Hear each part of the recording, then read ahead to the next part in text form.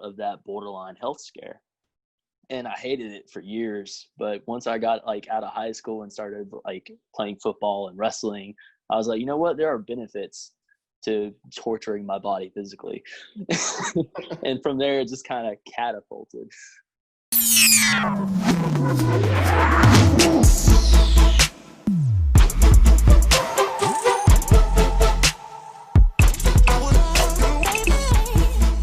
Hustleandfit family, I hope you guys are having an awesome week. I know I am. I'm sitting here today with my good friend Michael Serrano-Jones. He's my new friend, basically. We just met up. But basically, I wanted to sit down with him because he really understands how to really build a body that can, move well and do a lot of different things. And he's a certified personal trainer. He's MMA strength and conditioning, and he's had over 10 years of training experience, as well as 7 years coaching other people as well. And he's actually a marriage and family therapy student. So this is going to be a very interesting dynamic to talk about. But, Michael, welcome to the Hustle and Fit podcast. How's it going? Appreciate it. Thanks for having me on. It's going pretty good, just trying to survive 2020. As we were talking earlier, like 2020 has been a crazy year. So yeah, it's up there, man. So how did you get into this? Like, what's your story? Okay. So, I started like training like pretty intensely around the age of 17 or 18. And I got started doing it because I was borderline obese for most of my childhood. And my dad, being a drill sergeant, he was like, I can't have this. So he started putting me through like really, really strict regimented workout programs to try to like keep me out of that borderline health scare. And I hated it for years. But once I got like out of high school and started like playing football and wrestling, I was like, you know what? There are benefits to torturing my body physically. And from there, it just kind of catapulted. That's crazy. And you said you did wrestling. Is that how you got into the MMA part? Like, did you train in MMA? I did a year of like JV wrestling in high school, and that kind of opened the door for me. But I got started in, ironically, before I became obese, I was in Taekwondo. I started Taekwondo when I was like 4, and I did it until I was about 8 or 9. Oh, wow. And by that time, I had earned my black belt. But then I stopped training after I got my black belt. And then it just kind of, like, I got lazy. And the next thing I know, I'm borderline obese. And Dad's like, how did I let this happen? It's tough, man. It's so crazy. I did Taekwondo too, actually. I did like Tang Soo Do Taekwondo. So how did you make the transition now from Taekwondo to MMA? Like, how did that happen? So after my year of wrestling, I was like, I want to explore grappling in general. And a friend of mine introduced me to Brazilian Jiu-Jitsu. He's like, you got long, strong legs. You'll be great at this.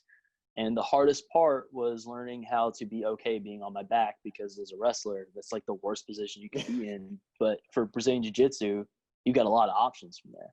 Wow. So once I broke free from that, I really fell in love with grappling in general. And then it was like, okay, well, I know how to kick, I know how to wrestle, now I need to know how to throw a good punch. So I started taking Muay Thai and boxing lessons. And from there, it kind of catapulted. I ended up doing like three like really amateur MMA bouts in like Florida, somewhere. I think it was like Tallahassee or something, like super amateur fights, just to get the experience of what it was like to be in an actual fight. And I was like, it was really fun, but I think I'd rather just teach it than do it. I've done enough fighting that I know what it's like to be in a fight, and I know what it's like to train. And I think I would just rather be on the coaching training side of it than an actual fighter. Yeah, because getting punched in the face isn't fun. Like, I can take a hit, but that doesn't mean I want to. Yeah, no, it's so true. It's so true. Because actually, it's funny. I have a friend, he's into boxing, and he's been doing it since he was a kid. And I was like, why don't you get into this professionally?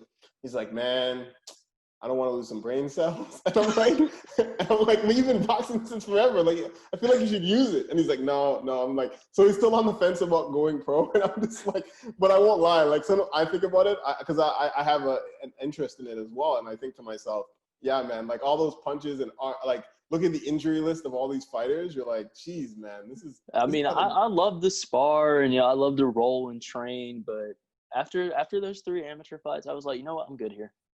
I'm good. I've had my fun.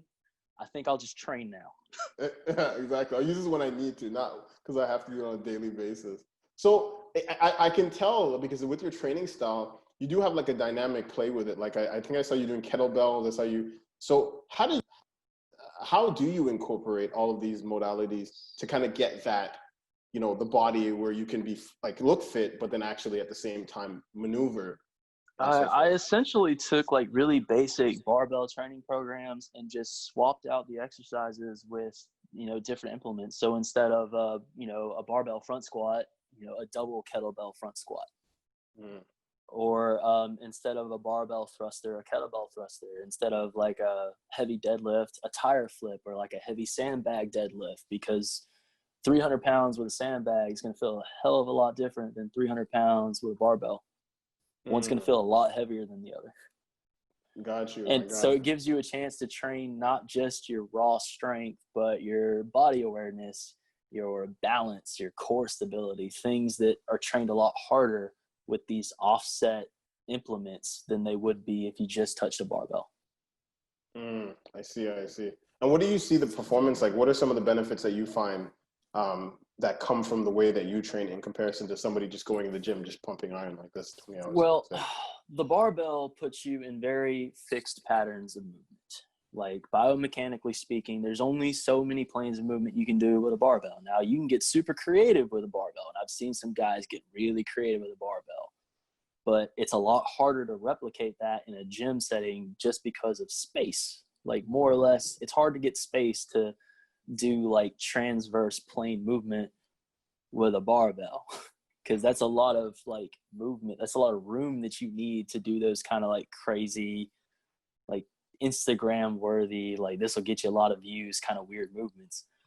But if you have a kettlebell or a sandbag or even like a mace or something like that, you can get that same training in multiple planes of movement without taking up nearly as much space, and that strength carryover from unpredictable, unconventional movement has a lot of carryover to sports, because in sports, oftentimes your movements, while you do learn how to move in fixed patterns, come game day or come the game, the match or the comp or whatever you're doing, you may be forced to move in an unconventional way. And if you didn't train for it, that's where an injury is going to happen. So like for different fight sports, or like, because I would say that's kind of the main area where you kind of came from, or let's just say the sport area, what are some of the core activities or activities that you find that are the best for people who are trying to increase their athleticism more than just looking for a better physique? If you're trying to increase your overall athleticism, I would say focusing on carry patterns, especially offset carry patterns. So like a suitcase carry, or something that's very unilateral, so that you're working one side of the body significantly harder than the other. It's not necessarily going to give you the most aesthetic look, because we're not chasing aesthetics, we're chasing performance. But that core stability that you're going to get and that grip strength is going to have a lot more carryover than a bicep curl. While one may get you more aesthetic than the other, one is going to have clear performance carryover. And I'm much more concerned with how you perform than how you look. Gotcha. No, that makes sense. And what do you find that people make mistakes on when they're trying to get into this world of training? More, maybe because they came from a different background, or maybe they've been training a certain way, but what do you find that people, mess up when they're starting working out with you? Probably bouncing from one modality to the other too fast instead of giving it the chance, because most programs, if you do it right, they will work. Like 5x5, 3x5, conjugate, Windler 531. These are all proven programs. They will work if you give them the time and the effort, and your nutrition and recovery is on point. They're going to work. But, a lot of people, they go on social media or YouTube or something like that, and they see like these epic lifts, and they've been working out for 2 months consistently, and they're upset that they're not there yet. And they think it's the program's fault, and they jump to the next fad program. when really they just didn't give it enough time. The generation of like late millennials and Gen Z are very impatient, which in can my cause opinion. And that impatience doesn't do you a whole lot of good in fitness. Patience is king. Patience and consistency are king. Gotcha. So that's like the main focus in terms of like building long-term strength, essentially, is the patience and the skill set. So absolutely. So like, in going back when you were talking about the types of modalities, I kind of was thinking to myself, what do you find that are commonalities with all these different types of training programs that you find that are like the piece that is always in there all the time when you see like these different when I look at a bunch of different programs and I'm trying to weigh how beneficial they're going to be, I always look for, is there compound movements? Are they using, is it multi-joint? Is it multi-plane movements? Does it have the basic movement patterns, you know, a squat, a hinge, a vertical press, a horizontal press, a vertical pull, a horizontal pull? Like, does it have these things in there? Personally, I think no program is complete without carries, like some sort of carry, whether it's a sandbag chest carry or like a farmer's walk or something like that, like some sort of carry component. I look for that because I don't think a program is complete without it. And I look for posterior chain emphasis. Like, I think that programs that emphasize the back of your body are going to do you a lot better than programs that emphasize, you know, the interior, which is your mirror muscles, what everyone looks at, but is much too focused on. Like, if you look at a lot of my training programs and a lot of what I post, there's always an emphasis on the posterior chain. I'm always doing a squat pattern or a hinge pattern, or my emphasis is definitely like hamstrings, glutes, and back, because I think it's undertrained in most people. So true. I went through that phase. I went through that phase for a while because naturally you want to work at the muscles you see. You're like, oh, I want the good arms, I want the chest. And then I had my trainer just like, she's like, okay, you're going to spend 3 weeks and you're just going to do back. And I was like, no, what about my chest?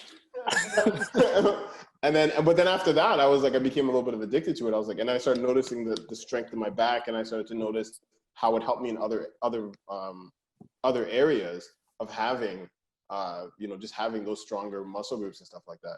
And so that's why it's pretty big for me now. Now I realize what you're saying. What are some of those other benefits that people could get from working out those areas that they're not even aware of? I think a lot of it for the average person is just going to be the way they feel going about their daily lives. Like, if they have to pick up a heavy box, they're going to realize it's a little bit easier than it might have been, you know, a month ago if they had tried the same thing. Or, you know, maybe they'll feel like they're walking with a little bit better posture, or, you know, opening a tight lid is going to feel a little bit easier because those carries work that grip strength just a little bit more than they're used to. So opening things suddenly becomes a little bit easier. Not necessarily just sports performance, but performance in everyday life. Like, simple everyday tasks become easier. And I think a program shouldn't just help you look better and perform better, but help you live better. Very good words. Hustle and Fit family, you heard it. An amazing interview. I hope you've gotten so much knowledge and experience from Michael, because I've learned so much from this conversation. You need to follow him. Go check out his Instagram page. Go follow his website. Check out his TikTok. I might find some interesting stuff there too.